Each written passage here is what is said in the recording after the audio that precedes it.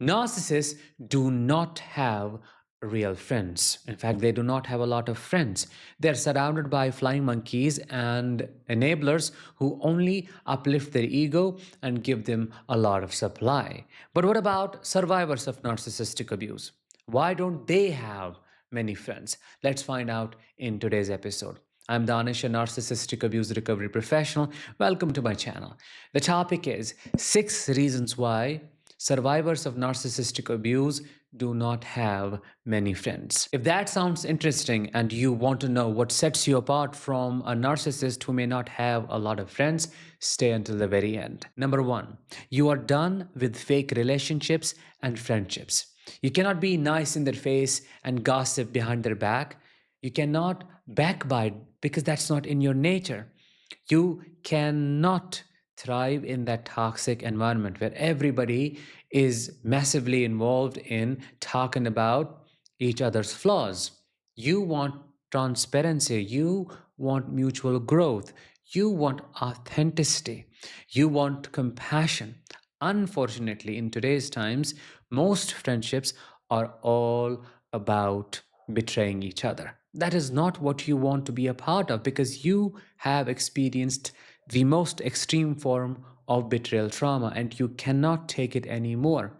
Your energy is limited and you cannot afford spending it in places that lead to nothing but more pain. You want relationships deep down that lead to growth or healing.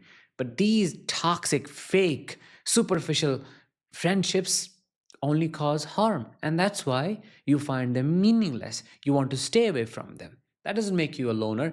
That makes you a quality person. That makes you somebody who knows what they want in life. Number two, they struggle a lot with social anxiety, which leads to social awkwardness. You know, when you are in a narcissistic relationship, your self concept is attacked in every way. And that leads to the suppression, if not destruction, of your self confidence. You stop believing in your social skills and you're filled with anxiety. And they keep gaslighting you. They keep telling you you do not know how to talk, how to carry yourself. You are the reason why people leave you. You do not know how to bond. So you take that trauma, that narcissist voice in your head everywhere you go. And whenever there is an opportunity to connect, to talk to a stranger, you start shaking inside. You start questioning your thoughts. You start filtering your words because that is what you have been programmed to do. You can only speak what is acceptable to a narcissist, which means disconnection from your voice. And if you're dealing with that kind of massive anxiety, if you're carrying shame and blame, if you feel like you will make mistakes, indeed, you will be anxious socially.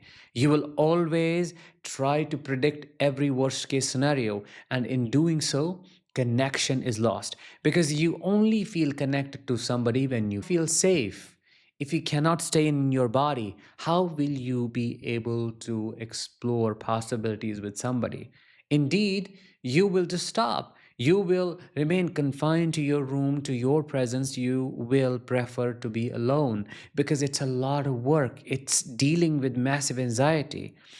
The truth is, your amygdala, your brain perceives friendships or creating friendships a massive threat. Number three, you are a truth teller, and a lot of people do not like to hear the truth. People just want to be around those who will enable their ego, especially narcissists, who are charmed and pleased by other people fawning around them, giving in, caving in, telling them how great they are. You are somebody who has evolved enough to tell them what is your mistake and how they need to change themselves, and how a relationship is all about reciprocity. It doesn't matter what type, it's all about I give and you give something as well. And that's how we nurture this tree, this plant of our growing relationship. But most people want it to be one sided. I'm not saying everybody, but a lot of these selfish people out there only want to take and take and take. They love taking advantage of other people's giving nature, their empathy, their compassion. They're stealers, they're thieves. And that's what is daunting.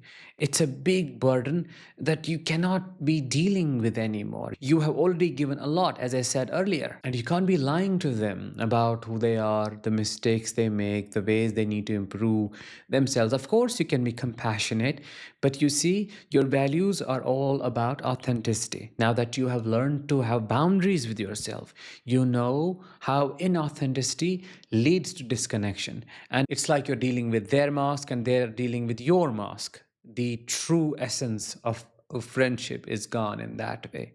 So many people are repelled by you. They say you're rude. Oh, you are inconsiderate because you just do not accept it as it is said.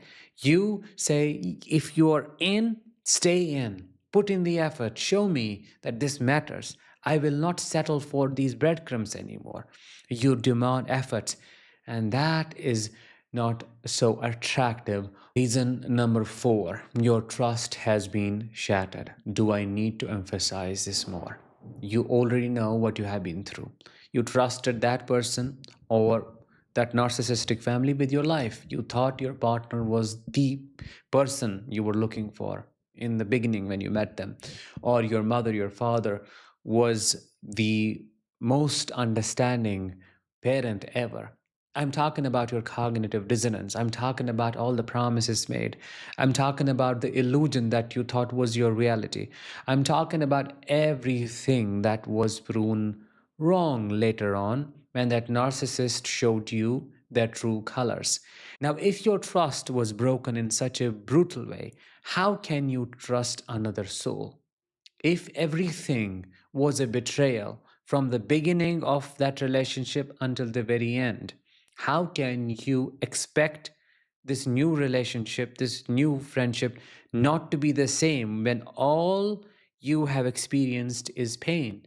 Your referential experiences are screaming relational trauma. In simple words, you have been hurt through a relationship.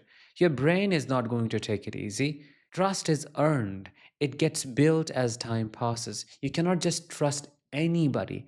And being paranoid in that way is okay because a lot of people will make you think, oh, they are an easygoing person. Oh, they're a simple person.